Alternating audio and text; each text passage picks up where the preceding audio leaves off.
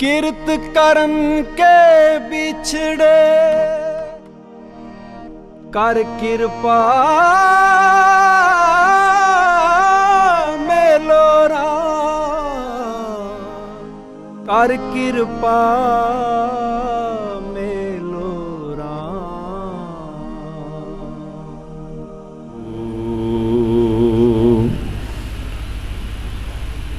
दीन दर्द दुख पंजना cut cut नाथ अनाथ, शरण तुम्हारी आए हो। नानक के प्रभु साथ,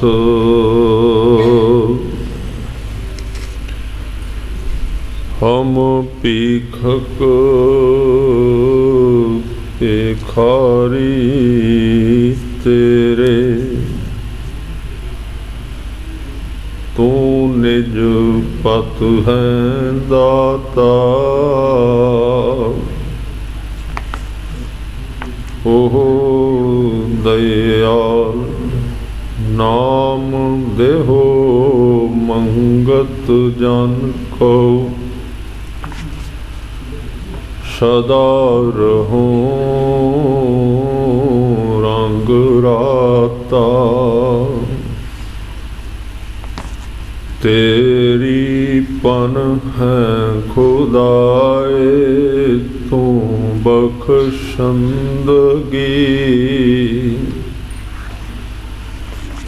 शेख फरीद खैर दी जय बंदगी। शेख फरीद खैर दी जय बंदगी, तेरा कीता जातो नाही, मैनू जो कीतोई। मैं निर्गुण आरे को गुण नाही, आपे तरस पयोई। तरस पया मेहरामत होई, सतगुर सजन मिलिया। नानक नाम मिलै तां जीवा, तन मन थीवै हरिया। सो कहो टल गुर सेवी, अहनिस सहज सुभाव।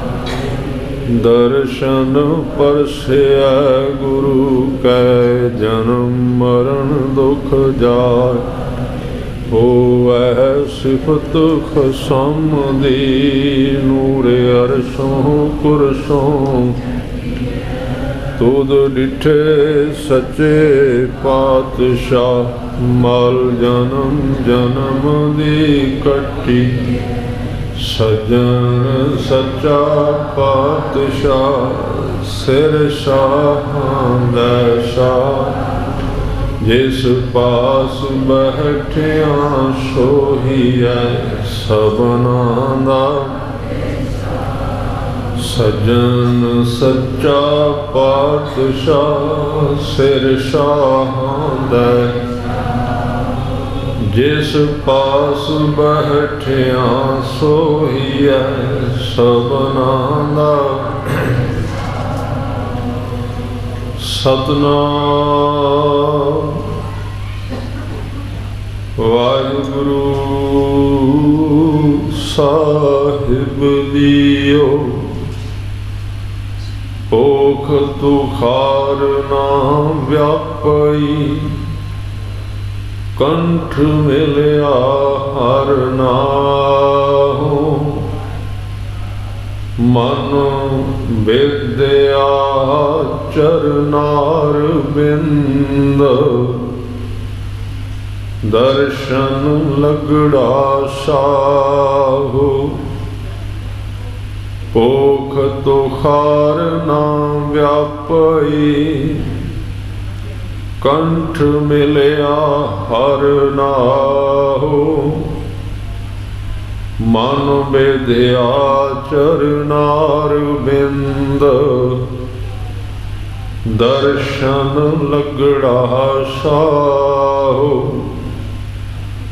ਓਟ ਗੋਵਿੰਦ ਗੋਪਾਲ ਰਾਏ ਸੇਵਾ ਸੁਆਮੀ ਲਾਹੋ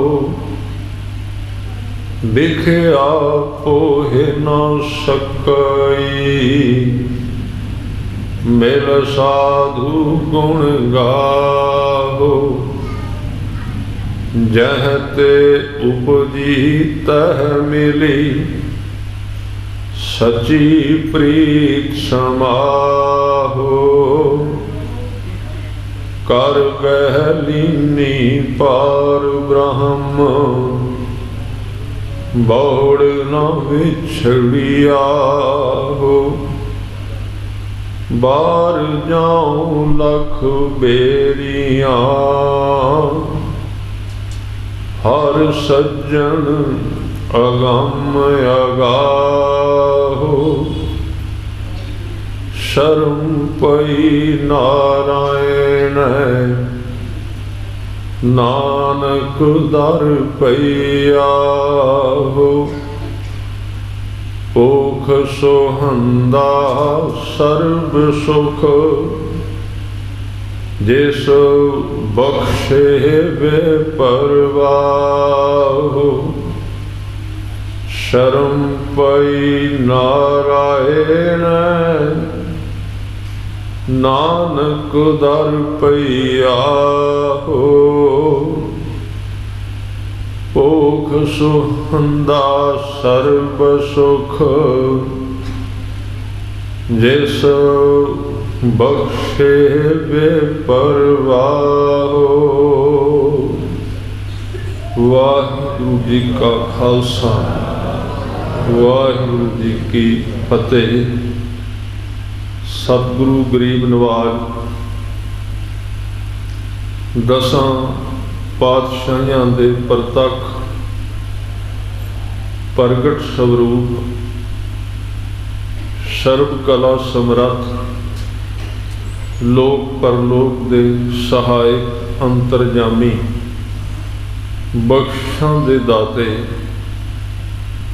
ਸਤਿਗੁਰੂ ਸ੍ਰੀ ਗੁਰੂ ਗ੍ਰੰਥ ਸਾਹਿਬ ਸੱਚੇ ਪਾਤਸ਼ਾਹ ਜੀ ਦੇ ਦਰਬਾਰ ਵਿੱਚ ਪਹੁੰਚੇ ਅਤੀ ਸਤਿਕਾਰਯੋਗ ਸਨਮਾਨਯੋਗ ਸਾਧ ਸੰਗਤ ਦੀ ਆਪ ਜੀ ਭਾਗਸ਼ਾਲੀ ਹੋ ਜੋ ਕਿ ਸਤਿਗੁਰਾਂ ਨੇ ਆਪਣੇ ਚਰਨਾਂ ਵਿੱਚ ਆਮੰਤਰਿਤ ਕੀਤਾ ਹੈ, ਬੁਲਾਇਆ ਹੈ ਔਰ ਜੀਵਨ ਦਾ ਲਾਹਾ ਪ੍ਰਾਪਤ ਕਰਨ ਦੀ ਘੜੀ ਪ੍ਰਾਪਤ ਹੋਈ। ਚੱਲਦੀ ਵਿਚਾਰ ਵਿੱਚ 12ਵਾਂ ਬਾਣੀ ਵਿੱਚ ਅੱਜ ਦਾ ਸ਼ਬਦ 11 ਨੰਬਰ ਹਜ਼ੂਰ ਦਾ 135 ਅੰਗ। ਇਸ ਸ਼ਬਦ ਵਿੱਚ ਪੋਹ ਮਹੀਨੇ ਦੀ ਵਿਚਾਰ ਗੁਰੂ ਅਰਜਨ ਦੇਵ ਪਾਤਸ਼ਾਹ ਜੀ ਨੇ ਕੀਤੀ। ਇਸ ਸ਼ਬਦ ਵਿੱਚ ਵਿਸ਼ੇਸ਼ ਤੌਰ ਤੇ ਧਾਰਮਿਕ ਪੰਥ ਤੇ ਤੁਰਨ ਵਾਲੇ ਲੋਕਾਂ ਦੀਆਂ 3 ਅਵਸਥਾ ਹੁੰਦੀਆਂ ਨੇ। ਜਦੋਂ ਕੋਈ ਧਰਮ ਦੇ ਮਾਰਗ ਤੇ ਤੁਰਦਾ ਹੈ ਤੇ ਸਭ ਤੋਂ ਵੱਡੀ ਉਹਦੀ ਜ਼ਿੰਦਗੀ ਦੇ ਵਿੱਚ ਇੱਕ ਚੀਜ਼ ਵਾਪਰਦੀ ਹੈ, ਉਹਨੂੰ ਕਹਿੰਦੇ ਦੁਬਦਾ। ਦੁਬਦਾ ਦਾ ਹੋਣਾ ਸੁਭਾਵਿਕ ਹੈ, ਕਿਉਂਕਿ ਅਜੇ ਜਿਸ ਮਨੁੱਖ ਨੇ ਗੁਰੂ ਦਾ ਪੱਲਾ ਫੜਿਆ, ਇੱਕ ਪਾਸੇ ਤਾਂ ਮਨ ਦੇ ਕਿਸੇ ਕੋਨੇ ਵਿੱਚ ਗੁਰੂ ਦਾ ਪਿਆਰ ਵੀ ਹੈ, ਪਰ ਆਖਰ ਉਹ ਮਨ ਸੰਸਾਰ ਦਾ ਹਿੱਸਾ ਹੈ। ਮਨ ਦੇ ਕੁਝ ਹਿੱਸੇ ਵਿੱਚ ਸੰਸਾਰ ਦੀ ਪਕੜ ਵੀ ਮੌਜੂਦ ਹੈ। ਇਹ ਮਨ ਹੈ। ਉਧਰ ਤਾਂ ਗੁਰੂ ਦਾ ਪਿਆਰ ਜਾਗਿਆ। ਪਿਆਰ ਕਿਵੇਂ ਜਾਗਿਆ? ਕਿਸੇ ਦੇ ਨਾਲ ਖਹਿ ਗਏ, ਜੋ ਜੁੜਿਆ ਸੀ, ਜਿਸ ਨੂੰ ਰੰਗ ਲੱਗਾ ਸੀ, ਜਿਹੜਾ ਗੁਰੂ ਕੇ ਸ਼ਬਦ ਨਾਲ ਜੁੜ ਗਿਆ ਸੀ, ਜਿਹਦੇ ਜੀਵਨ ਵਿੱਚ ਕੁਝ ਬੇਪਰਵਾਹੀ, ਕੁਝ ਇਸ ਤਰ੍ਹਾਂ ਦੀ ਮਸਤੀ ਵੇਖੀ ਉਹਨੇ, ਉਹਨੂੰ ਕਈ ਇਸ ਤਰ੍ਹਾਂ ਦੇ ਰੰਗੇ ਹੋਏ ਕਿਤੇ ਨਾ ਕਿਤੇ ਜ਼ਰੂਰ ਮਿਲੇ। ਕਿਤੇ ਕਿਤੇ ਤਾਂ ਵੇਖਣ ਨੂੰ ਮਿਲਿਆ ਸਰੀਰ ਦੇ ਵਸਤਰ ਵੀ ਪੁਰਾਣੇ, ਕੱਪੜੇ ਵੀ ਪਾਟੇ ਹੋਏ, ਕੁੱਲੀ ਵੀ ਪੁਰਾਣੀ ਹੈ, ਪਰ ਜਿਹੜੇ ਉਸ ਰਸ ਦੇ ਵਿੱਚ ਲੀਨ ਹੋਏ ਨੇ, ਉਹਨਾਂ ਦੇ ਚਿਹਰੇ ਤੇ ਇੱਕ ਖੁਸ਼ੀ ਨਾਚ ਕਰਦੀ ਨਜ਼ਰ ਆਉਂਦੀ।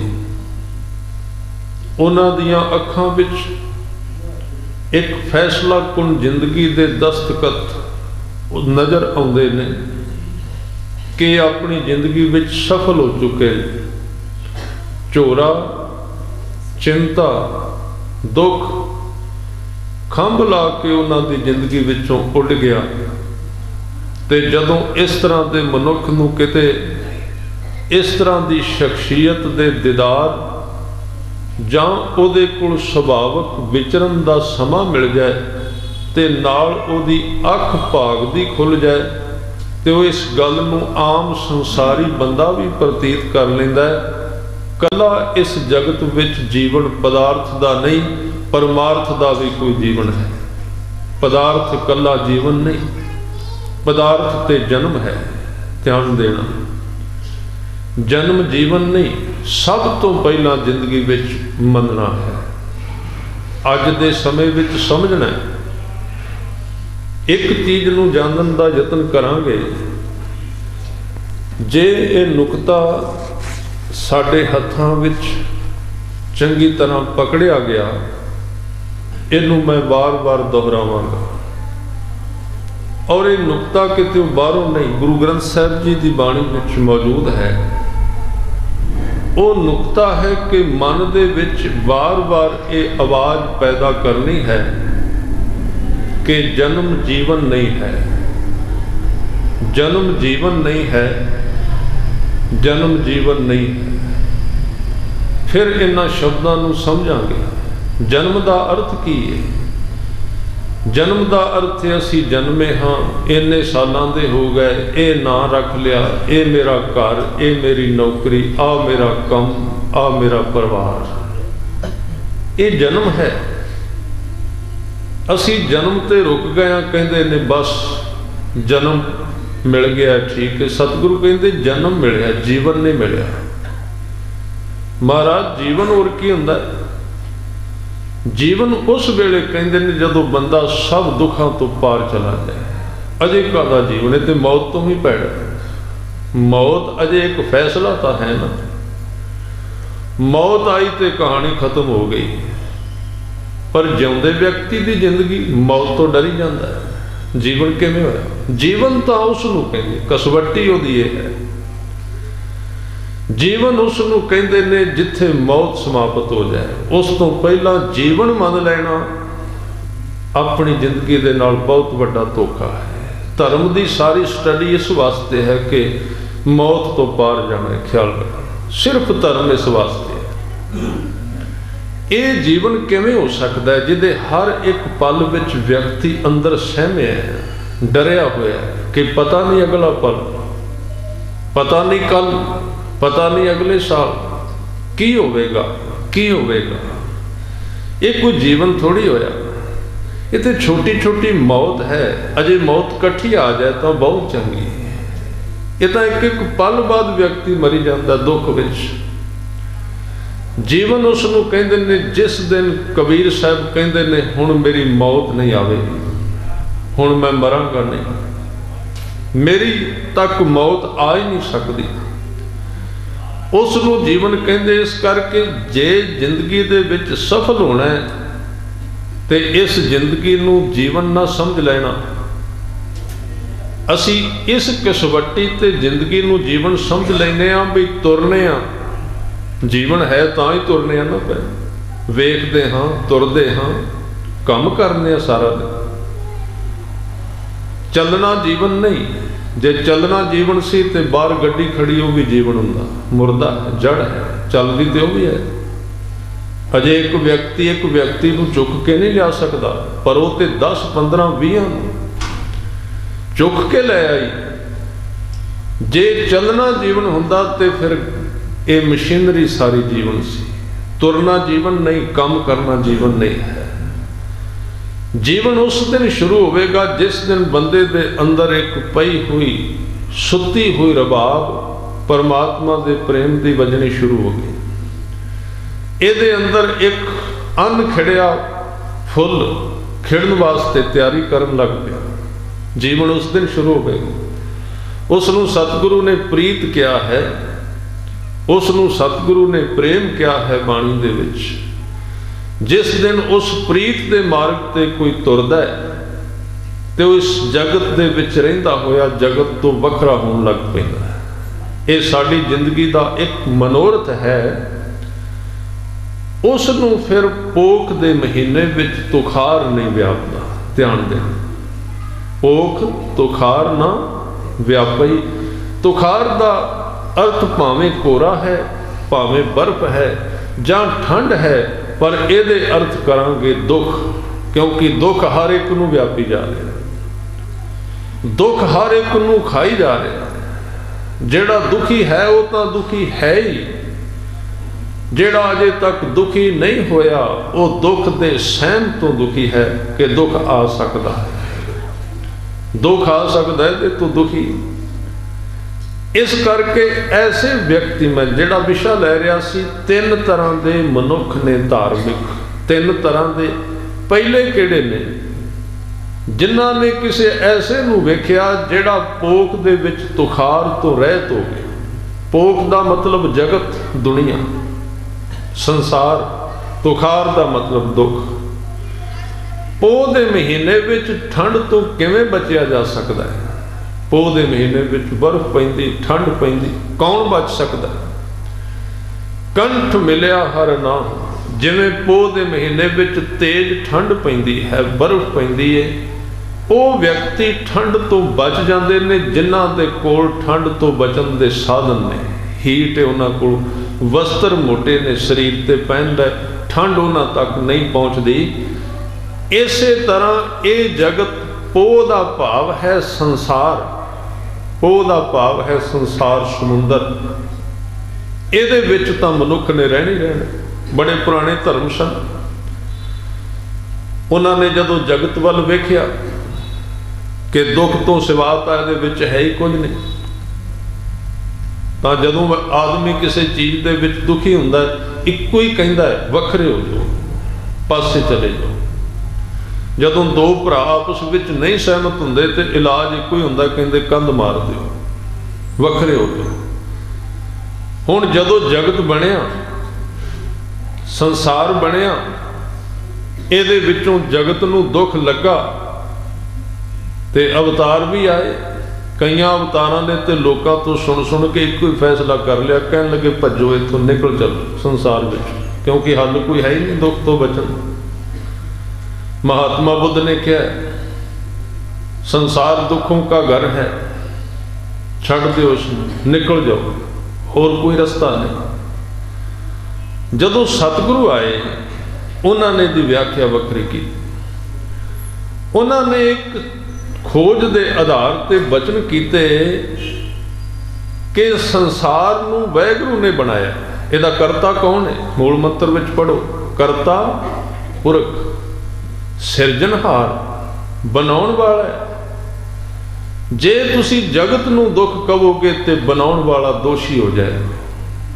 ਜੇ ਜਗਤ ਨੂੰ ਦੁੱਖ ਕਿਹਾ, ਬਣਾਉਣ ਵਾਲਾ ਤਾਂ ਫਿਰ ਦੋਸ਼ੀ ਹੈ, ਕਿਉਂਕਿ ਉਹਨੇ ਜਗਤ ਬਣਾਇਆ ਤੇ ਦੁੱਖ ਬਣਾ ਦਿੱਤਾ, ਦੁੱਖ ਪੈਦਾ ਕਰ ਦਿੱਤਾ। ਹਜ਼ੂਰ ਨੇ ਕਿਹਾ ਨਹੀਂ, ਜਗਤ ਵਿੱਚ ਦੁੱਖ ਕੋਈ ਵੀ ਨਹੀਂ ਹੈ,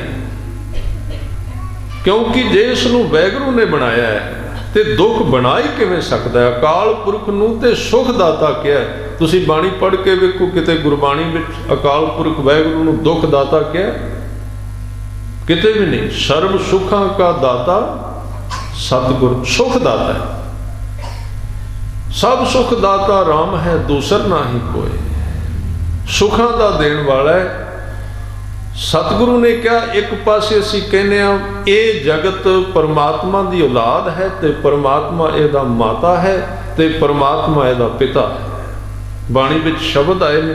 ਤਾਂ ਫਿਰ ਇੱਕ ਗੱਲ ਹੋਰ ਸਪਸ਼ਟ ਹੋ ਗਈ, ਤੁਸੀਂ ਇਸ ਜਗਤ ਵਿੱਚ ਕੋਈ ਵੀ ਮਾਂ ਤੇ ਕੋਈ ਪਿਤਾ ਇਸ ਤਰ੍ਹਾਂ ਦਾ ਲੱਭ ਨਹੀਂ ਸਕੋਗੇ ਜਿਹੜਾ ਆਪਣੀ ਔਲਾਦ ਵਾਸਤੇ ਦੁੱਖ ਪੈਦਾ ਕਰੇ। ਨਹੀਂ ਹੋ ਸਕਦਾ। ਮਾਂ ਤੇ ਵਿਚਾਰੀ ਰਾਤ ਜਾਗਦੀ, ਪੁੱਤਰ ਨੂੰ ਸੁੱਕੇ ਥਾਂ ਤੇ ਰੱਖਦੀ, ਪਿਤਾ ਉਹਦੀ ਹਿਫਾਜ਼ਤ ਕਰਦਾ ਦਿਨ ਰਾਤ। ਉਸ ਪੁੱਤਰ ਵੱਲੋਂ ਵੇਖ ਵੇਖ ਕੇ ਉਹ ਆਸ ਕਰਦੇ ਨੇ ਕਿ ਵੱਡਾ ਹੋਵੇਗਾ, ਜਵਾਨ ਹੋਵੇਗਾ, ਸੋਹਣਾ ਹੋਵੇਗਾ, ਸੁੰਦਰ ਹੋਵੇਗਾ। ਅਰਦਾਸਾਂ ਹੁੰਦੀਆਂ। ਤਾਂ ਇੱਕ ਗੱਲ ਪੱਕੀ, ਜੇ ਸੰਸਾਰਿਕ ਪੁੱਤਰ ਪੈਦਾ ਹੁੰਦਾ ਹੈ, ਮਾਤਾ ਪਿਤਾ ਉਹਦੇ ਵਾਸਤੇ ਅਸੀਸ ਲੈ ਕੇ ਖੜਾ ਰਹਿੰਦਾ ਹੈ। ਤੇ ਕਈ ਵਾਰੀ ਤੇ ਪੁੱਤਰ ਗਲਤ ਕੰਮਾਂ ਵਿੱਚ ਵੀ ਪੈ ਜਾਂਦਾ ਹੈ।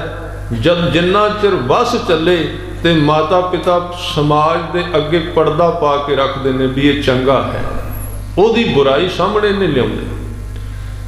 ਤਾਂ ਇੱਕ ਗੱਲ ਸਾਫ਼ ਹੋ ਗਈ, ਜੇ ਪਰਮਾਤਮਾ ਪਿਤਾ ਹੈ, ਤੁਮ ਮਾਤ ਪਿਤਾ ਹਮ ਬਾਰਿਕ ਤੇਰੇ, ਤੁਮਰੀ ਕਿਰਪਾ ਮੈਂ ਸੂਖ ਘਨੇਰੇ। ਜੇ ਪਰਮਾਤਮਾ ਪਿਤਾ ਹੈ, ਜੇ ਪਰਮਾਤਮਾ ਮਾਤਾ ਹੈ, ਤੇ ਫਿਰ ਪਰਮਾਤਮਾ ਨੇ ਸਾਡੇ ਵਾਸਤੇ ਕੋਈ ਵੀ ਦੁੱਖ ਪੈਦਾ ਨਹੀਂ ਕੀਤਾ। ਫਿਰ ਦੁੱਖ ਆਇਆ ਕਿੱਥੋਂ? ਕਿਉਂਕਿ ਸਾਰਾ ਜਗਤ ਦੁਖੀ, ਸਾਰਾ ਜਗਤ ਦੁਖੀ ਹੈ। ਦੁੱਖ ਕਿੱਥੋਂ ਆ ਗਿਆ? ਦੁੱਖ ਪਰਮਾਤਮਾ ਕਰਕੇ ਪੈਦਾ ਨਹੀਂ ਹੋਇਆ, ਦੁੱਖ ਸਾਡੇ ਕਰਕੇ ਪੈਦਾ ਹੋਇਆ। ਪਰਮਾਤਮਾ ਕਰਕੇ ਕੋਈ ਦੁੱਖ ਨਹੀਂ। ਇਸ ਅਸੂਲ ਨੂੰ ਅੱਜ ਹੀ ਪ੍ਰਵਾਨ ਕਰ ਲੈਣਾ ਚਾਹੀਦਾ ਹੈ, ਤਾਂ ਕਿ ਅਸੀਂ ਦੁੱਖ ਵਿੱਚੋਂ ਨਿਕਲਣ ਦੇ ਰਸਤਿਆਂ ਨੂੰ ਖੋਜਣਾ ਸ਼ੁਰੂ ਕਰ ਦਈਏ। ਜ਼ਿੰਮੇਵਾਰੀ ਆਪਣੀ ਹੋਵੇਗੀ। ਜਦੋਂ ਮੈਨੂੰ ਪਤਾ ਲੱਗ ਗਿਆ ਦੋਸ਼ੀ ਮੈਂ ਹਾਂ, ਤੇ ਮੈਂ ਆਪਣਾ ਦੋਸ਼ ਹਟਾਉਣ ਲਈ ਕੰਮ ਕਰਨਾ ਸ਼ੁਰੂ ਕਰ ਦਿਆਂ। ਪਰ ਜੇ ਪਤਾ ਹੀ ਨਾ ਲੱਗਾ ਦੋਸ਼ੀ ਦੂਜਾ, ਫਿਰ ਮੈਨੂੰ ਕੀ ਲੋੜ ਹੈ? ਮੈਂ ਕਈ ਵਾਰੀ ਉਦਾਹਰਨ ਦੇਣਾ, ਜਗਤ ਵਿੱਚ ਸਿਖਾਏ ਤਾਂ ਇਹ ਜਾਂਦਾ ਹੈ, ਦੋਸ਼ੀ ਆਦਮੀ ਆਪ ਹੁੰਦਾ ਹੈ।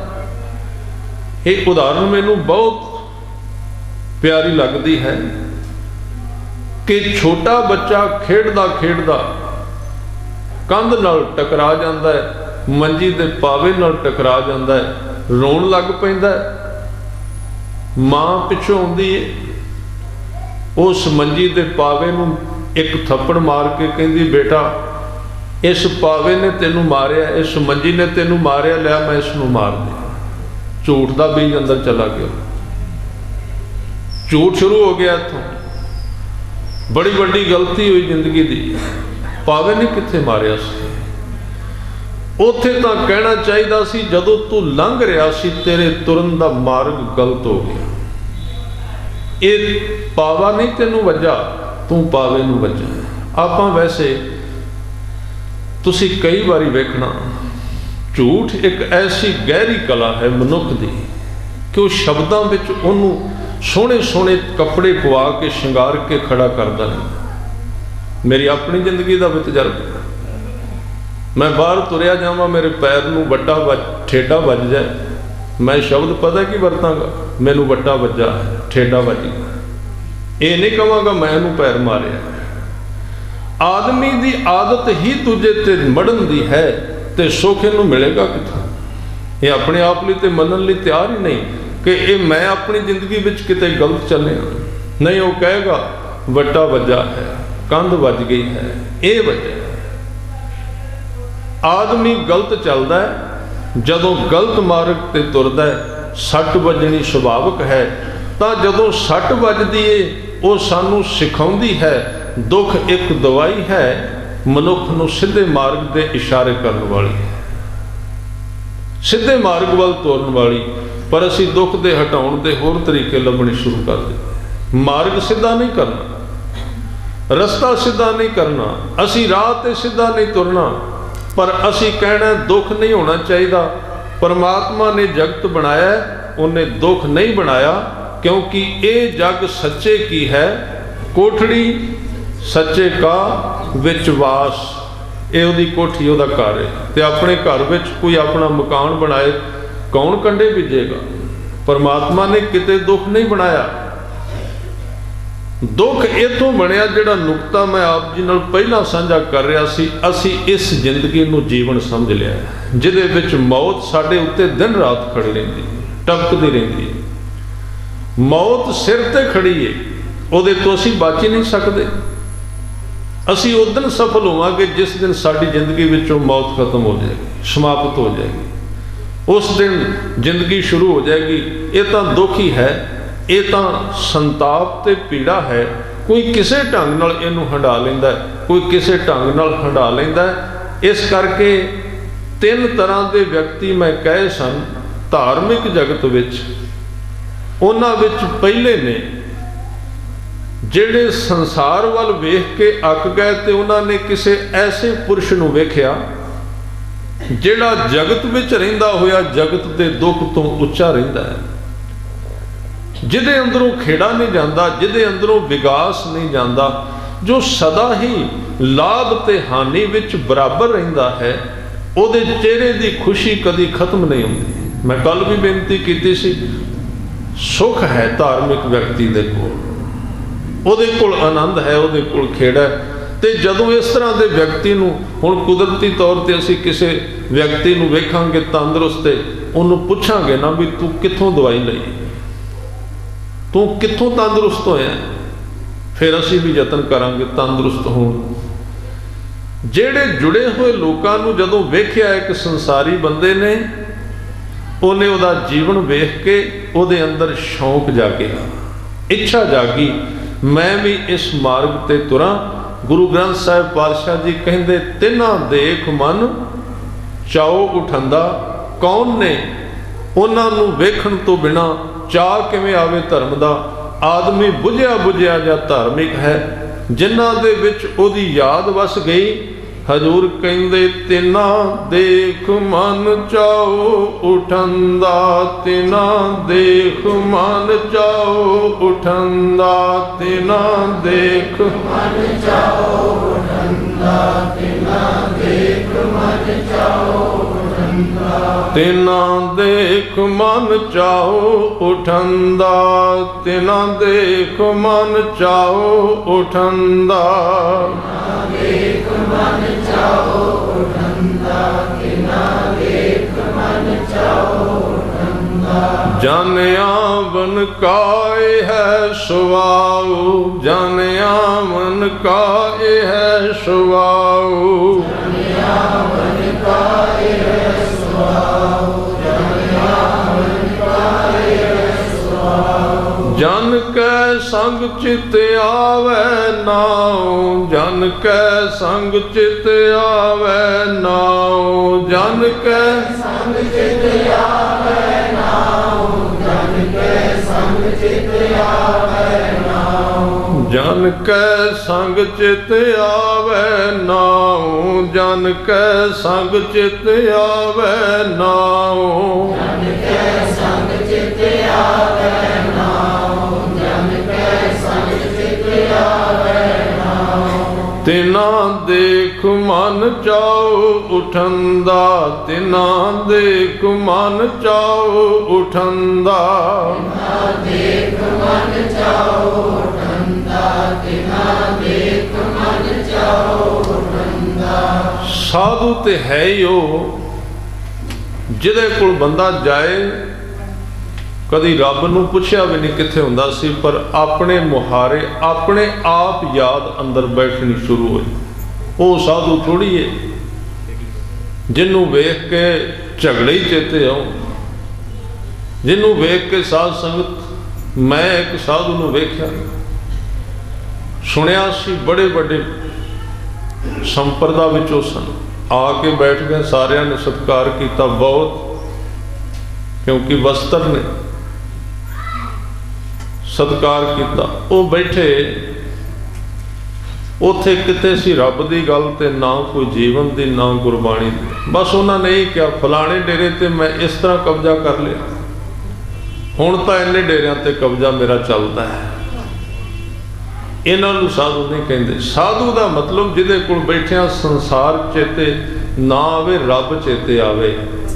ਇਸ ਕਰਕੇ ਸਾਨੂੰ ਇਸ ਤਰ੍ਹਾਂ ਦੇ ਲੋਕਾਂ ਤੋਂ ਸੁਚੇਤ ਵੀ ਰਹਿਣਾ ਚਾਹੀਦਾ ਹੈ, ਖਿਆਲ ਰੱਖੋ।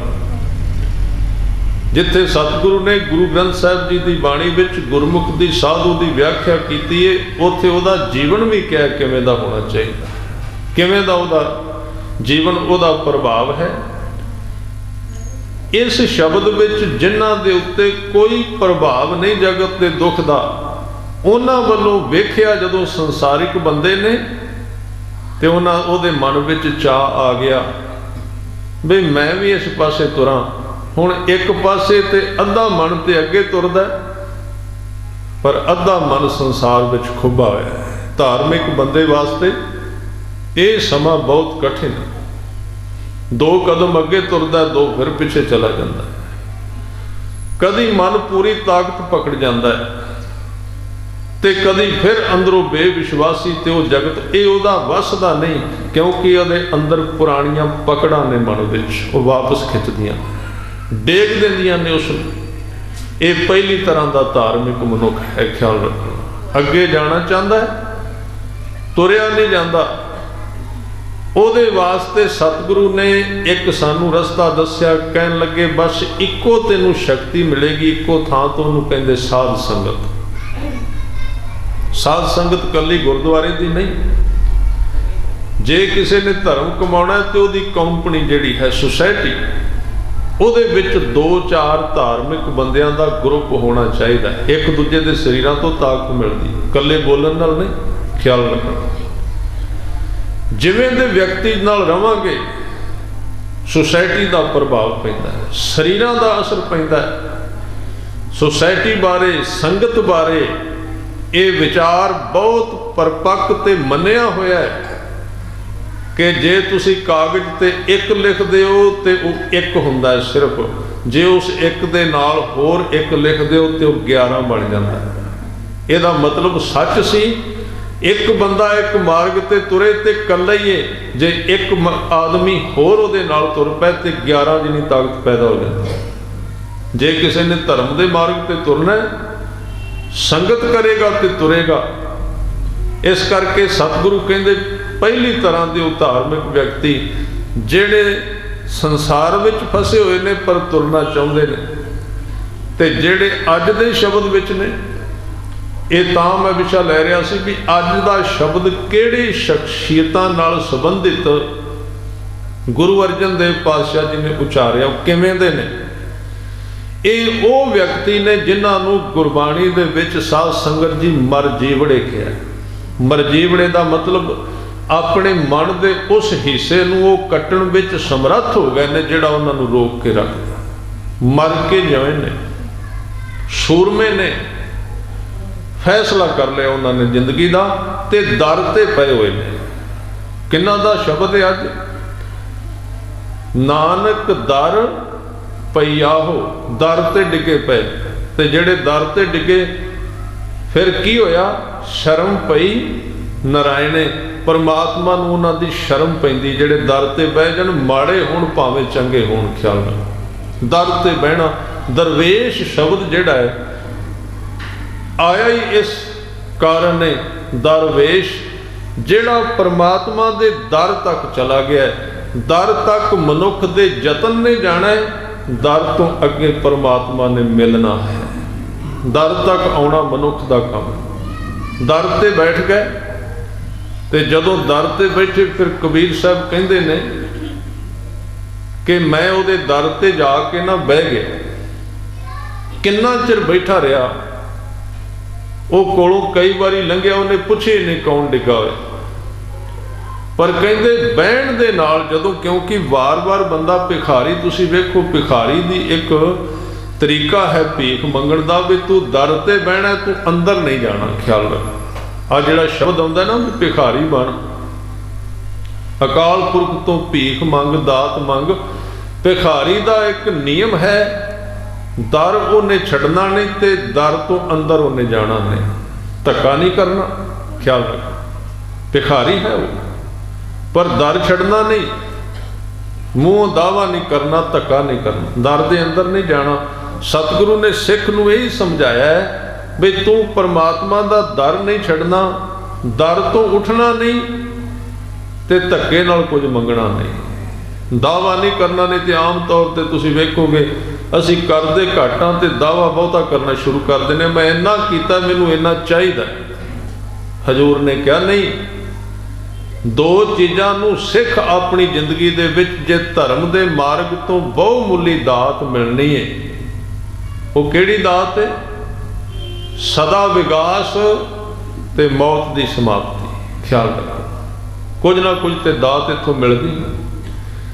जे तू इस मार्ग ते कामयाब होना ते दो चीज़ां इकट्ठियां रखी, एक बेकरारी ते एक इंतजारी। ना ते तेरे विचों इंतजार खत्म होवे, पर इंतजार खत्म करन दा मतलब नींद भी ना होवे भी तू सौ ही जाए, तेरे विच बेकरारी भी बनी रहनी चाहिए। इंतजार इन्नी लंबी कर भी कदी तेरे अंदर विश्वास फिक्का नहीं पैना चाहिए भी पता नहीं ये विच कुछ है भी कि नहीं, सुन सुना के तुर तां पए, पता नहीं लभना है कि नहीं लभना। जिथे मन नहीं साबित होवेगा उत्थे साध संगत जी मनुख नूं नींद भी आवेगी, उहदा शरीर भी दर्द करेगा, क्योंकि मन कहता भी ये किहड़े काम विच पए होए ने, लभदा लभांदा ते है तो कुछ नहीं, इथों मिलदा ते है कुछ नहीं, किहड़े काम वास्ते आ गए। अंदरों बेचारा समा पूरा करता रहिंदा है। सतगुरु ने कहा जे तू इस मार्ग ते तुरिया दात तेनों जरूर मिलेगी। दात वड्डी है ते जिन्नी दात वड्डी होवे उन्ना उहदा मुੱਲ भी वड्डा धारना पैंदा।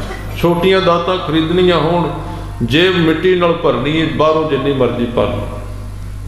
साध संगत जी झूठा नशा पीना ते 100 रुपये दा आउंदा, पीओ ते बेहोश हो के डिगो, वो झूठा नशा है, ਉਹਦਾ ਮੁੱਲ सिर्फ माया, झूठी माया है।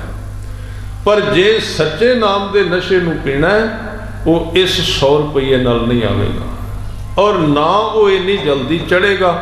आदमी थोड़ चिरा ਇਹਦਾ मन है भी जल्दी चढ़े, हुणे ही होवे, तां ते कहंदा होया कुछ नहीं अजे, हुणे ही होवे, वो जल्दी हुंदा। जिन्ने फिर काल करनी है फिर ਉਹਦੀ वरतों करदा, पर ਉਹਦੇ ਵਿੱਚ जिथे ਇਹ एक तेजी है भी वो चढ़ जल्दी जाता है, ਉਹਦੇ ਵਿੱਚ होर कई नुक्स ने। एक तो बंदे की मत मार दिंदा, दूजा वो फिर लै जल्दी जाता है ते अगले दिन आदमी नूं निताना कर दिंदा है।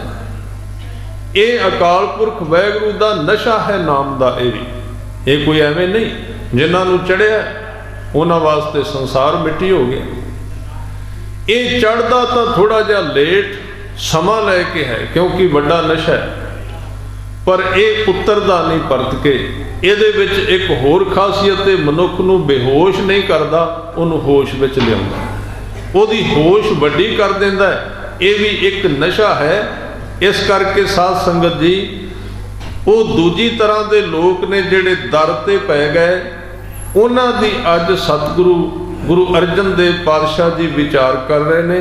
आपां इस शब्द दे नाल सांझ पाइए नालों नाल, जिहदे विच गुरु अर्जन देव पातशाह जी बचन कह रहे ने, पोख तुखार ना व्यापे।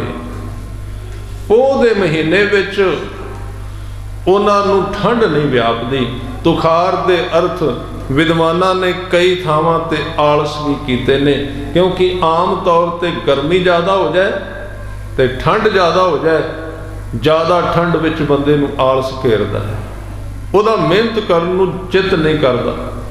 पर जिहड़े लोग अकाल पुरख दे वाहिगुरू दे नाम दे नाल जुड़े, कंठ मिलिया हर नाहों, कंठ दा अर्थ है गला, जिन्हां दे गले दे विच परमात्मा दा नाम है, उस वाहिगुरू अकाल पुरख स्वामी दा प्यार है, उन्हां नूं इस जगत दा दुख नहीं व्यापदा, आलस नहीं व्यापदा। हजूर कहंदे मन बेदिया चरनार बिंद, चरनार बिंद मन बिन्या कहा, क्योंकि दो तो गल शुरू हुंदी है, एक ते जाके समाप्त हो जाती है। अजे तो साडा मन भी साबित नहीं, जिन्हें जपना अजे तो वह भी साबित नहीं होया। दो तो गल शुरू होंदी है, एक मनुख दा मन ते एक गुरु का शब्द।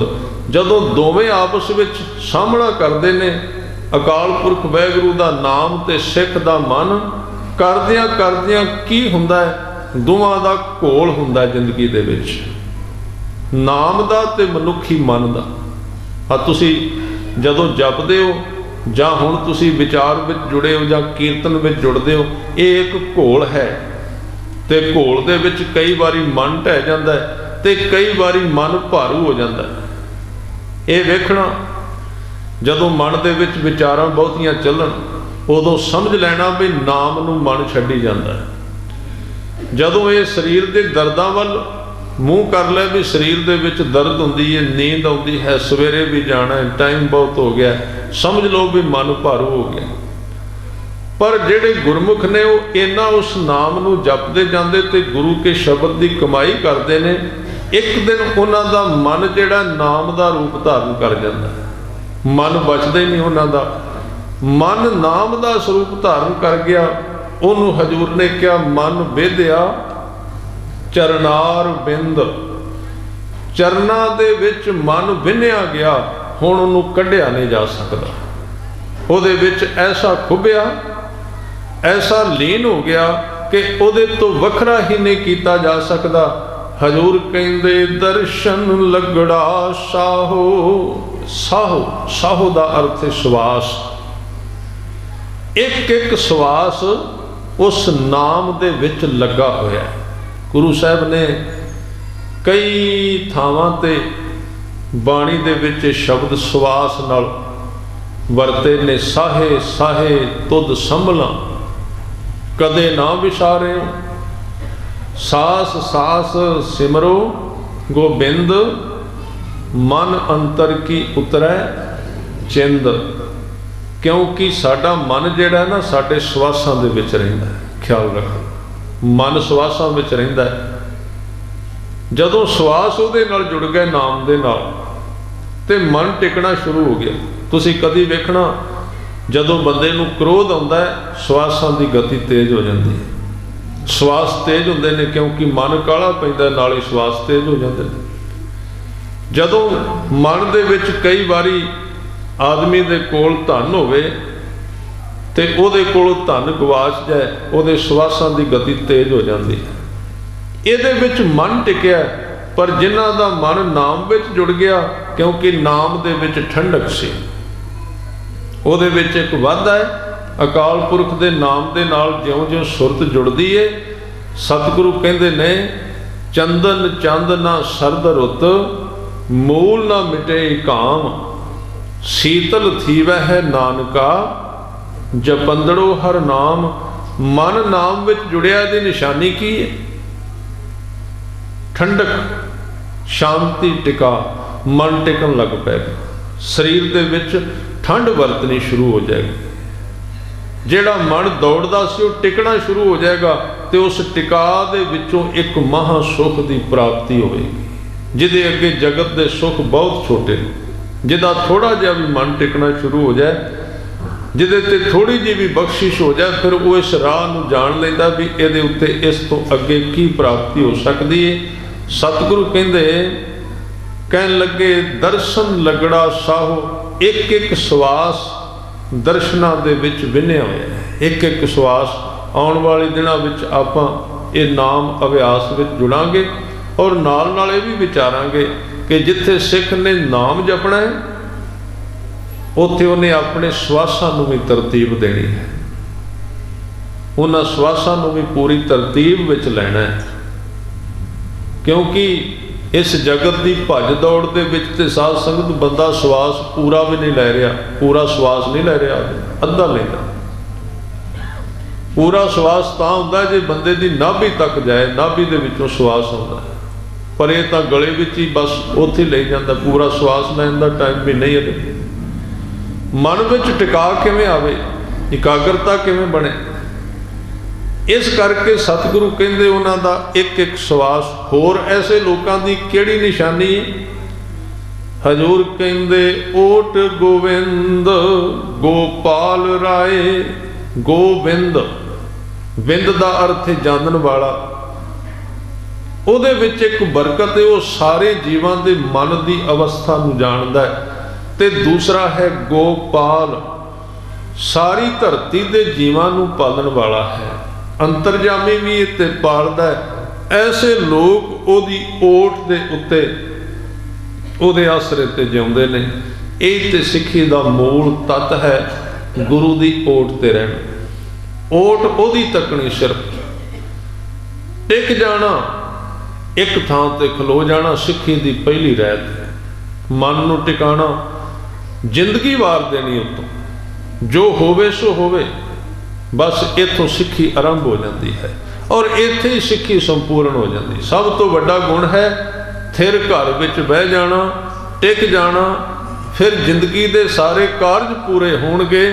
ਜਿਹਨੂੰ ਹਜ਼ੂਰ ਕਹਿੰਦੇ ਥਿਰ ਘਰ ਬੈਸੋ ਹਰ ਜਨ ਪਿਆਰੇ, ਥਿਰ ਘਰ ਬੈਸੋ ਹਰ ਜਨ ਪਿਆਰੇ, ਥਿਰ ਘਰ ਬੈਸੋ ਹਰ ਜਨ ਪਿਆਰੇ, ਥਿਰ ਘਰ ਬੈਸੋ ਹਰ ਜਨ ਪਿਆਰੇ, ਥਿਰ ਘਰ ਬੈਸੋ ਹਰ ਜਨ ਪਿਆਰੇ, ਥਿਰ ਘਰ ਬੈਸੋ ਹਰ ਜਨ ਪਿਆਰੇ, ਥਿਰ ਘਰ ਬੈਸੋ ਹਰ ਜਨ ਪਿਆਰੇ, ਥਿਰ ਘਰ ਬੈਸੋ ਹਰ ਜਨ ਪਿਆਰੇ। ਸਤਿਗੁਰ ਤੁਮਰੇ ਕਾਜ ਸਵਾਰੇ, ਸਤਿਗੁਰ ਤੁਮਰੇ ਕਾਜ ਸਵਾਰੇ, ਸਤਿਗੁਰ ਤੁਮਰੇ ਕਾਜ ਸਵਾਰੇ, ਸਤਿਗੁਰ ਤੁਮਰੇ ਕਾਜ ਸਵਾਰੇ, ਸਤਿਗੁਰ ਤੁਮਰੇ ਕਾਜ ਸਵਾਰੇ, ਸਤਿਗੁਰ ਤੁਮਰੇ ਕਾਜ ਸਵਾਰੇ, ਸਤਿਗੁਰ ਤੁਮਰੇ ਕਾਜ ਸਵਾਰੇ, ਸਤਿਗੁਰ ਤੁਮਰੇ ਕਾਜ ਸਵਾਰੇ। ਥਿਰ ਘਰ ਬੈਸੋ ਹਰ ਜਨ ਪਿਆਰੇ, ਥਿਰ ਘਰ ਬੈਸੋ ਹਰ ਜਨ ਪਿਆਰੇ, ਥਿਰ ਘਰ ਬੈਸੋ ਹਰ ਜਨ ਪਿਆਰੇ, ਥਿਰ ਘਰ ਬੈਸੋ ਹਰ ਜਨ ਪਿਆਰੇ। ਥਿਰ ਘਰ ਦਾ ਮਤਲਬ ਹੈ ਮਨ ਦਾ ਇੱਕ ਥਾਂ ਤੇ ਖਲੋ ਜਾਣਾ। ਜਦੋਂ ਗੁਰਬਾਣੀ ਵਿੱਚ ਸ਼ਬਦ ਆਏਗਾ ਨਾ ਵੀ ਚਾਨਣ, ਪ੍ਰਕਾਸ਼, ਪ੍ਰਕਾਸ਼ ਦੇ ਅਰਥ ਹੋਰ ਕੋਈ ਨਹੀਂ, ਖਿਆਲ ਰੱਖੋ। ਗੁਰਬਾਣੀ ਵਿੱਚ ਦੋ ਸ਼ਬਦ ਆਉਣਗੇ, ਹਨੇਰਾ ਤੇ ਪ੍ਰਕਾਸ਼। ਜਦੋਂ ਇਹ ਸ਼ਬਦ ਪੜ੍ਹੇ ਜਾਂਦੇ ਨੇ ਫਿਰ ਆਪਾਂ ਸੋਚਦੇ ਹਾਂ ਵੀ ਹਨੇਰਾ ਕਿਹੜਾ ਤੇ ਚਾਨਣ ਕਿਹੜਾ। ਗੁਰ ਪੂਰਾ ਭੇਟਿਓ ਵਡ ਭਾਗੀ, ਮਨੈ ਭਇਆ ਪ੍ਰਗਾਸਾ। ਕਿਹੜਾ ਪ੍ਰਕਾਸ਼ ਹੈ? ਕੋਈ ਨਾ ਪਹੁੰਚਣ ਹਾਰਾ, ਦੂਜਾ ਆਪਣੇ ਸਾਹਿਬ ਕਾ ਪ੍ਰਵਾਸਾ। ਇਸ ਪੰਕਤੀ ਵਿੱਚ ਦੱਸ ਦਿੱਤਾ ਵੀ ਉਹ ਪ੍ਰਕਾਸ਼ ਕਾਹਦਾ ਹੈ? ਪ੍ਰਵਾਸੇ ਦਾ ਪ੍ਰਕਾਸ਼। ਪ੍ਰਕਾਸ਼ ਦੇ ਹੋਰ ਕੋਈ ਅਰਥ ਨਹੀਂ। ਜਦੋਂ ਸੰਪੂਰਨ ਵਿਸ਼ਵਾਸ ਆਉਂਦਾ ਹੈ ਉਦੋਂ ਦੀਵਾ ਜਗ ਪੈਂਦਾ ਹੈ। ਜਦੋਂ ਬੇਭਰੋਸਗੀ ਆਉਂਦੀ ਹੈ ਦੀਵੇ ਬੁਝ ਜਾਂਦੇ ਨੇ। ਹਨੇਰਾ ਹੈ ਉਹ। ਇਹ ਤੇ ਆਮ ਤੁਸੀਂ ਸਾਹਮਣੇ ਦੇਖ ਲੈਣਾ, ਜਦੋਂ ਬੰਦਾ ਵਿਸ਼ਵਾਸ ਵਿੱਚ ਆਉਂਦਾ ਨੇ ਉਹਦੀਆਂ ਅੱਖਾਂ ਖੁੱਲ ਜਾਂਦੀਆਂ, ਚਮਕਦੀਆਂ ਨੇ ਉਹਦੀਆਂ ਅੱਖਾਂ, ਚੜ੍ਹਦੀ ਕਲਾ ਵਿੱਚ ਚਲਾ ਜਾਂਦਾ। ਪ੍ਰਕਾਸ਼ ਦੇ ਅਰਥ ਨੇ ਸੰਪੂਰਨ ਭਰੋਸਾ ਗੁਰੂ ਤੇ। ਇੰਨਾ ਭਰੋਸਾ ਕਿ ਜੇ ਕੁਝ ਵੀ ਨਾ ਸਾਹਮਣੇ ਦਿਸੇ ਤੇ ਸਾਰਾ ਜਗਤ ਕਵੇ ਹੈ ਤੇ ਕੱਖ ਵੀ ਨਹੀਂ ਸਾਹਮਣੇ, ਸਿੱਖ ਕਵੇ ਵੀ ਮੇਰੇ ਗੁਰੂ ਨੇ ਕਿਹਾ ਹੈ, ਉਹਨੂੰ ਕਹਿੰਦੇ ਪੂਰਾ ਭਰੋਸਾ।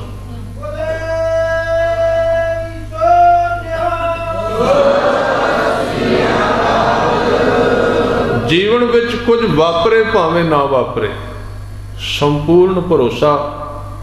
ਤੁਸੀਂ ਸੁਣਿਆ ਹੋਵੇਗਾ ਨਾਨਕ ਮਤਾ ਸਾਹਿਬ ਸਿੱਧਾ ਨੇ ਪਾਣੀ ਨਹੀਂ ਸੀ ਦਿੱਤਾ ਪੀਣ ਵਾਸਤੇ। ਭਾਈ ਮਰਦਾਨਾ ਜੀ ਨੂੰ ਪਿਆਸ ਲੱਗੀ, ਕਹਿਣ ਲੱਗਾ ਮਹਾਰਾਜ ਕੋਈ ਕਲਾ ਕੋਈ ਕਿਰਪਾ ਵਰਤਾਓ। ਉੱਥੇ ਅਜੇ ਵੀ ਉਸ ਨਦੀ ਦੇ ਵਿਚਕਾਰ ਇੱਕ ਖੂਹ ਬਣਿਆ ਹੋਇਆ। ਬਹੁਤ ਸਮਾਂ ਪਹਿਲਾਂ ਮੈਨੂੰ ਉੱਥੇ ਦਰਸ਼ਨ ਕਰਨ ਦਾ ਮੌਕਾ ਮਿਲਿਆ। ਇਹ ਸਾਖੀਆਂ ਹੁਣ ਤਕਰੀਬਨ ਬੰਦ ਹੋ ਚੁੱਕੀਆਂ ਨੇ, ਕਿਉਂਕਿ ਆਪਾਂ ਪੜ੍ਹੇ ਲਿਖੇ ਬਹੁਤੇ ਹੋ ਗਏ ਜਿਨ੍ਹਾਂ ਦੇ ਵਿੱਚ ਵਿਸ਼ਵਾਸ ਬੜਾ ਗਹਿਰਾ ਹੈ। ਸਤਿਗੁਰੂ ਕਹਿੰਦੇ ਜਾ ਉੱਥੇ ਸਿੱਧਾ ਨੇ ਨਾ ਜਿੱਥੇ ਨਦੀ ਹੈ ਉੱਥੇ ਚਲਾ ਜਾ, ਆਹ ਸੋਟੀ ਲੈ ਜਾ अपने पिछे पिछे लीक खिंचदा आवी ते तेरे पिछे पानी आ जाएगा, जिथे तू आएगा पानी आ जाएगा। हुण ये चीज़ां सारियां विश्वास ते खड़ियां। साध संगत जी असीं कहने अज नहीं लोग मनदे, उदों किहड़े मनदे सी लोग? कौन मनदा? भाई मरदाना जी कहंदे चले गए, जिथे नदी सी उसे उत्थे सोटी रखी। पर गुरु नानक देव जी ने एक शब्द क्या, मरदानिया पिछे परत के ना वेखी भी नदी आउंदी है कि नहीं पई आउंदी, पिछे परत के ना वेखी। भाई मरदाना जी ने कहा जी 7 बचन, तुरे उतों, पिछे पिछे लीक खिंची गए। हुण मन दे विच वो भी हिस्सा है जिहड़ा तर्क पैदा करदा है। मरदाना कहंदा भी एवें ना किते सोटी खिंची लियावां, पिछे है भी है कि नहीं कोई, एक कुदरती तौर पर है। पिछे परत के वेख्या, उत्थे लिखिया होया जिथे वो खूही बनी है, कहंदे इत्थों तक जदों भाई मरदाना जी ने पिछे परत के वेख्या ना, पिछे पानी का एक बहुत वड्डा टोया, भावें कित्थों आया गुरु जाने। वेख लिया, कहन लगा ते वाकई पानी पिछे तुरया आउंदा है। कहंदे चलो होर अगे लै जाना, सोटी लैके अगे तोरी, पिछे कुछ भी नहीं, क्योंकि परत के वेख लिया। सिੱਖੀ ਦੇ ਉੱਤੇ पड़दा पाया गुरु ने ख्याल। जदों असी सबूत मंगण लग पैने गुरु कोलों, गुरु का संबंध सबूत नाल नहीं, गुरु ते परचे ऐसे पांदा है कि अज ही इहदा विश्वास डोलना ते डोल जाए, क्योंकि जिस खजाने का इहनूं मालक बनाउणा वो बहुत वड्डा है। जान बुझ के इस तरह के परचे पाए जाते हैं, वेख्या जाता है भी ये कित्थों को तक जा सकता है। गुरु अपने दर घर का दरवाजा उदन खोलदा सिख लई, उस तो पहला नहीं। जे कुछ बरकतां देंदा भी है तो उन्होंने ओहदी पूरी जानकारी नहीं देंदा, जदों लोड़ पैंदी उन्हां को वरता देंदा, बाकी फिर बंद। उन्होंने पता है इन्हें दुर्वरतों कर लें। यह है गुरु घर की कला। इत्थे विश्वास भरोसा है चांदन, थिर कर बैसना, टिक जाना। साध संगत जी ये रस्ता है संपूर्ण तर्क का ते संपूर्ण विश्वास का, दो चीज़ों का। आप जी कहोगे फिर तर्क फिर आ गया विच। तर्क है अपने मन ते, विश्वास है गुरु ते। तर्क का मतलब है चीज़ों नूं पुणना, चीज़ों ते शक पैदा करना। शक है गुरु ग्रंथ साहिब जी दे विच लिखिया है, शक कर जरूर। काहदे ते? अपने जीवन ते शक कर। करना भी चाहिए तेनू, तेरा शक सच्चा होवेगा। शक कर, तेरा जीवन सदा रहेगा कि नहीं, उहदा जवाब मिलेगा, नहीं रहेगा। पर कदी किसी नूं अपने जीवन ते शक उठिया, अपने शरीर ते संदेह जागया किसी नूं भी मेरा शरीर पता नहीं कितना चिर रहना? नहीं जागदा। गुरु तेग बहादुर साहब पातशाह जी नूं किसी ने पूछया सी, इस जिंदगी का सब तो बड़ा हैरानी कुन काम की है? सतगुरु कहंदे ही सब तो बड़ी हैरानी है जेड़ा रब है ਉਹਦੇ बारे बंदा डोलदा रहिंदा भी है कि नहीं, है कि नहीं, पता नहीं है कि नहीं। ते जेड़ा जीवन नहीं ਉਹਦੇ बारे सच्चा करके मन लैंदा भी सदा ही रहना। ਉਹਦੇ ਵਿੱਚ महाराज तो पूछया गया ते हजूर ने बचन कीते, साधो रचना राम बनाई।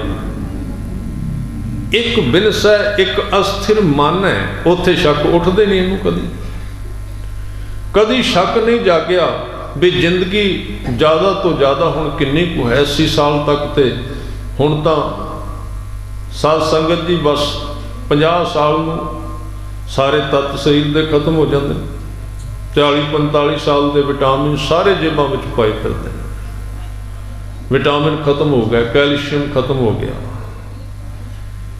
किन्ना कुछ बाकी रह गया। पर अजे तक कभी शक नहीं जागया इस जीवन ते। गुरु ते संपूर्ण भरोसा करना, जीवन ते संपूर्ण शक कर लेना, गुरु ग्रंथ साहिब जी ने सिखाया। जिंदगी का सीधा रस्ता मिल जाएगा। इस करके प्रकाश के अर्थ ने गुरु के भरोसे ते जिउना, हनेरे के अर्थ ने गुरु के भरोसे तो बिना जिउना। सतगुरु कहते उन्हां दी ओट गोबिंद ਗੋਪਾਲ ਰਾਏ, ਉਹਨਾਂ ਦੀ ਓਟ ਬਣੀ ਰਹਿੰਦੀ ਹੈ ਇੱਕ ਤੇ ਉਹਨਾਂ ਦਾ ਭਰੋਸਾ ਕਦੀ ਜਾਗਦਾ ਨਹੀਂ, ਕਦੀ ਉਹਨਾਂ ਦਾ ਭਰੋਸਾ ਟੁੱਟਦਾ ਨਹੀਂ ਹੈ। ਔਰ ਸੇਵਾ ਸੁਆਮੀ ਲਾਹੋ, ਉਹਨਾਂ ਨੂੰ ਇਸ ਗੱਲ ਦਾ ਪਤਾ ਲੱਗ ਜਾਂਦਾ ਕਿ ਜ਼ਿੰਦਗੀ ਦਾ ਲਾਹਾ ਸਿਰਫ ਸੇਵਾ ਵਿੱਚ ਤੇ ਸਿਮਰਨ ਵਿੱਚ ਹੈ। ਇਸ ਗੱਲ ਨੂੰ ਚੰਗੀ ਤਰ੍ਹਾਂ ਉਹ ਜਾਂਚ ਲੈਂਦੇ, ਪਰਖ ਲੈਂਦੇ ਨੇ। ਫਿਰ ਇਸ ਅਵਸਥਾ ਵਿੱਚ ਜਾ ਕੇ ਹਜ਼ੂਰ ਕਹਿੰਦੇ ਵਿਖਿਆ ਹੋਏ ਨਾ ਸਕਈ, ਮਿਲ ਸਾਧੂ ਗੁਣ ਗਾਹੋ।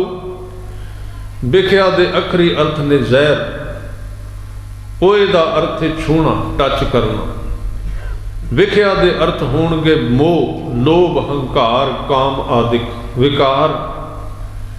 ਇਹ ਉਹਨਾਂ ਨੂੰ ਸਾਰੀਆਂ ਚੀਜ਼ਾਂ ਪਾਉਂਦੀਆਂ ਨਹੀਂ,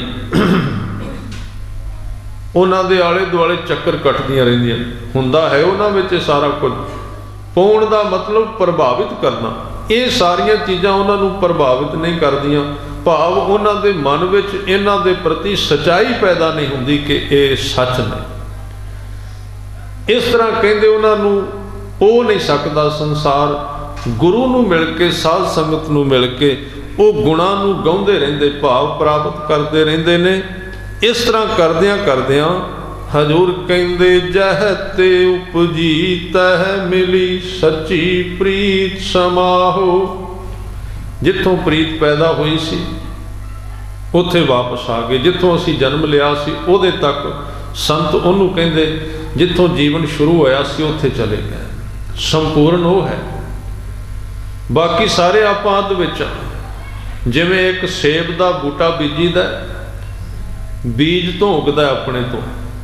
ਸੰਪੂਰਨ ਕਦੋਂ ਅਸੀਂ ਕਹਿੰਦੇ ਹਾਂ ਉਹਨੂੰ? ਜਦੋਂ ਪਰਤ ਕੇ ਉਹਨੂੰ ਸੇਬ ਲੱਗ ਜਾਏ ਤੇ ਉਹਦੇ ਵਿੱਚ ਬੀਜ ਬਣ ਜਾ, ਅਸੀਂ ਕਹਿੰਦੇ ਹਾਂ ਵੀ ਆਹ ਬੂਟਾ ਸੰਪੂਰਨ ਹੋ ਗਿਆ। ਜੇ ਉਹ ਬੂਟਾ ਉੱਗਿਆ ਤੇ ਰਾਹ ਵਿੱਚ ਹੀ ਕੀੜਾ ਖਾ ਗਿਆ, ਉਹਨੂੰ ਅਸੀਂ ਕਹਿੰਦੇ ਹਾਂ ਬੇਕਾਰ ਚਲਾ ਗਿਆ। ਸਾਡਾ ਜੀਵਨ ਅਕਾਲ ਪੁਰਖ ਤੋਂ ਪੈਦਾ ਹੋਇਆ ਤੇ ਵਾਪਸ ਜਿੰਨਾ ਚਿਰ ਉੱਥੋਂ ਤੱਕ ਨਹੀਂ ਜਾਂਦਾ ਅਸੀਂ ਅੱਧ ਵਿੱਚ ਅਧੂਰੇ ਹਾਂ, ਨਿਕੰਮੇ ਹਾਂ। ਇਸ ਕਰਕੇ ਕਹਿੰਦੇ ਜੈ ਤੇ ਉਪਜੀ ਤੈ ਮਿਲੀ ਸੱਚੀ ਪ੍ਰੀਤ। ਜਿਨ੍ਹਾਂ ਦੇ ਵਿੱਚ ਪ੍ਰੀਤ ਸੱਚੀ ਸੀ ਉਹ ਸਮਾ ਗਏ, ਸਮਾਹੋ। ਕਰ ਗਹਿ ਲੀਨੀ ਪਾਰ ਬ੍ਰਹਮ, ਬਹੁੜ ਨਾ ਵਿਛੜਿਆ ਹੋ। ਕਰ ਦਾ ਅਰਥ ਹੈ ਹੱਥ, ਗਹਿ ਲੀਨੀ ਪਕੜ ਲਿਆ ਹੱਥ ਉਸ ਵਾਹਿਗੁਰੂ ਨੇ। ਬਹੁੜ ਨਾ ਵਿਛੜਿਆ ਹੋ, ਐਸੇ ਲੋਕ ਫਿਰ ਪਰਤ ਕੇ ਵਿਛੜਦੇ ਨਹੀਂ। ਬਾਹਰ ਜਾਉ ਲੱਖ ਬੇਰੀਆਂ, ਹਰ ਸੱਜਣ ਅਗੰਮ ਅਗਾਹੋ। ਐਸੇ ਲੋਕ ਅਕਾਲ ਪੁਰਖ ਤੋਂ ਬਲਿਹਾਰ ਕੁਰਬਾਨ ਹੋਣ ਲਈ ਤਤਪਰ ਰਹਿੰਦੇ, ਕਿਉਂਕਿ ਉਹ ਅਗੰਮ, ਗਮਤਾ ਤੋਂ ਰਹਿਤ ਤੇ ਪਕੜ ਤੋਂ ਰਹਿਤ ਹੈ। ਸ਼ਰਮ ਪਈ ਨਾਰਾਇਣ, ਨਾਨਕ ਦਰ ਪਈ ਆਹੋ। ਜਿਹੜੇ ਉਹਦੇ ਦਰ ਤੇ ਬੈਠ ਗਏ ਅਕਾਲ ਪੁਰਖ ਨੂੰ, ਉਹਨਾਂ ਦੀ ਇੱਕ ਦਿਨ ਸ਼ਰਮ ਪਈ। ਸ਼ਰਮ ਦਾ ਭਾਵ ਜਦੋਂ ਕਿਸੇ ਵੱਡੇ ਆਦਮੀ ਦੇ ਦਰ ਤੇ ਕੋਈ ਆਮ ਬੰਦਾ ਆ ਜਾਏ, ਉਹਦਾ ਕੰਮ ਨਾ ਵੀ ਕਰਨਾ ਚਾਹੇ ਤੇ ਫਿਰ ਉਹ ਕਹਿੰਦਾ ਵੀ ਹੁਣ ਕੰਮ ਤਾਂ ਤੇਰਾ ਮੈਂ ਨਹੀਂ ਸੀ ਕਰਨਾ, ਪਰ ਲੋਕ ਕਹਿਣਗੇ ਵੀ ਇਹਦੇ ਦਰ ਤੇ ਬੈਠਾ ਰਹਿੰਦਾ ਸੀ ਰੋਜ਼, ਮੇਰੇ ਨਾਮ ਨੂੰ ਧੱਬਾ ਲੱਗੇਗਾ। ਇਸ ਤਰ੍ਹਾਂ ਜਿਹੜੇ ਦਰ ਤੇ ਬਹਿ ਗਏ, ਭਾਵੇਂ ਉਹਨਾਂ ਵਿੱਚ ਗੁਣ ਨਹੀਂ ਵੀ ਸਨ, ਅਕਾਲ ਪੁਰਖ ਨੇ ਕਿਹਾ ਵੀ ਹੁਣ ਸੰਸਾਰ ਕਹੇਗਾ ਵੀ ਗੁਰੂ ਦੇ ਦਰ ਤੇ ਬਹਿੰਦਾ ਸੀ, ਇਹਦੀ ਬਾਂਹ ਫੜਾ। ਪੋਖ ਸੁਹੰਦਾ ਸਰਬ ਸੁਖ, ਜਿਸ ਬਖਸ਼ੇ ਬੇਪਰਵਾਹੋ। ਇਹ ਪੋਹ ਦਾ ਮਹੀਨਾ ਉਹਨਾਂ ਵਾਸਤੇ ਸਰਬ ਸੁੱਖਾਂ ਦੇ ਨਾਲ ਭਰਿਆ ਹੋਇਆ ਹੈ। ਜਿਨ੍ਹਾਂ ਨੂੰ ਅਕਾਲ ਪੁਰਖ ਵਾਹਿਗੁਰੂ ਬਖਸ਼ ਦਿੰਦਾ ਹੈ, ਉਹ ਬੇਪਰਵਾਹ ਆਪਣੇ ਨਾਮ ਦੀ ਦਾਤ ਬਖਸ਼ਿਸ਼ ਕਰਦਾ। ਆਓ ਆਪਾਂ ਸਾਰਿਆਂ ਨੇ ਫਿਰ 5 ਮਿੰਟ ਵਾਸਤੇ ਅਕਾਲ ਪੁਰਖ ਵਾਹਿਗੁਰੂ ਦੇ ਨਾਮ, ਜੋ ਸਾਡੀ ਜ਼ਿੰਦਗੀ ਦਾ ਲਾਹਾ ਹੈ, ਆਪਾਂ ਜ਼ਰੂਰ ਜਪਣਾ। ਸਾਰੇ ਚੰਗੀ ਤਰ੍ਹਾਂ ਮਨ ਨੂੰ ਇਕਾਗਰ ਕਰਕੇ, ਰਿਲੈਕਸ ਕਰਕੇ, ਕਿਸੇ ਤਣਾਅ ਵਿੱਚ ਨਹੀਂ। ਜਦੋਂ ਇਹ ਨਾਮ ਜਪਣਾ, ਕੁਝ ਐਸੀਆਂ ਚੀਜ਼ਾਂ ਸਮਝ ਲੈਣੀਆਂ ਜ਼ਰੂਰੀ ਹੁੰਦੀਆਂ। ਮਨ ਵਿੱਚੋਂ ਜਿਹੜਾ ਖਿੱਚ ਤਾਣ ਹੈ ਔਰ ਸਰੀਰ ਵਿੱਚੋਂ, ਦੋਵਾਂ ਵਿੱਚੋਂ ਖਤਮ ਕਰਕੇ ਰਿਲੈਕਸ ਹੋ ਜਾਣਾ ਚਾਹੀਦਾ। ਬਿਲਕੁਲ ਇਸ ਤਰ੍ਹਾਂ ਜਿਵੇਂ ਕੋਈ ਅਸੀਂ ਕਿਤੇ ਜਾਣਾ ਨਹੀਂ, ਕੋਈ ਟਾਈਮ ਨਹੀਂ ਹੋਇਆ, ਕੋਈ ਲੇਟ ਨਹੀਂ ਹੋਇਆ, ਸਾਰੇ ਖਿਆਲ ਕੱਢ ਦੇਣੇ ਔਰ ਆਪਣੇ ਸਵਾਸ ਨੂੰ 2-4 ਵਾਰੀ ਚੰਗੀ ਤਰ੍ਹਾਂ ਲੈਣਾ, ਤਾਂ ਕਿ ਸਰੀਰ ਨੂੰ ਪੂਰੀ ਆਕਸੀਜਨ ਮਿਲੇ ਨਾਮ ਜਪਣ ਵਾਸਤੇ। ਇਸ ਤਰ੍ਹਾਂ ਇਹ ਨਾਮ ਦੀ ਕਮਾਈ ਕਰਿਆ ਜੀਵਨ ਵਿੱਚ ਲਾਹਾ ਪ੍ਰਾਪਤ ਹੁੰਦਾ ਹੈ। और दास पहला बोलेगा, फिर सारे सिंह, फिर सारियां बीबियां। और जे दास विच चुप भी करे फिर भी आपने बारी नाल बोली जाना। इस तरह ये रस बनता है और पूरी एकाग्रता के नाल अखीर ते इस आवाज़ नूं स्लो करना हुंदा, घट करना हुंदा, सहजे सहजे, ताकि मन अंतर्मुख होवे, ये जाच आवे सानूं। इस तरह आप सिमरन दे विच जुड़न दी जाच सीखनी है। और जदों आपां वारी नाल बोलते हैं, जदों असी बोल लिया, दूसरे पासे दी वारी होई, उस समय तक अपना श्वास पूरा ले लेना ताकि शरीर दे विच काल ना पवे। कई बारी हुंदा है बहुत काली काली नाम जपिया जाता है, श्वास लैन का टाइम नहीं मिलता, फिर शरीर दे विच कई प्रकार के कालापन पैदा होता है जिहदे विच लाभ नहीं। पूरी तरह एकाग्रता टिक के सहज नाल जदों असी जपना है उदों सिर्फ जपना है, उदों श्वास नहीं लेना। पर जदों दूसरे ग्रुप ने जपना है उदों असी अपना श्वास पूरा ले लेना, सहज, कोई योगा नहीं करना, सहज अवस्था विच। इस तरह कालपुरख के नाम की साझ आपां पाउणी है, उहदी हजूरी विच रह के प्रेम दे विच एक क्रिया गुरु दर ते प्रवान हुंदी है। वाहे गुरु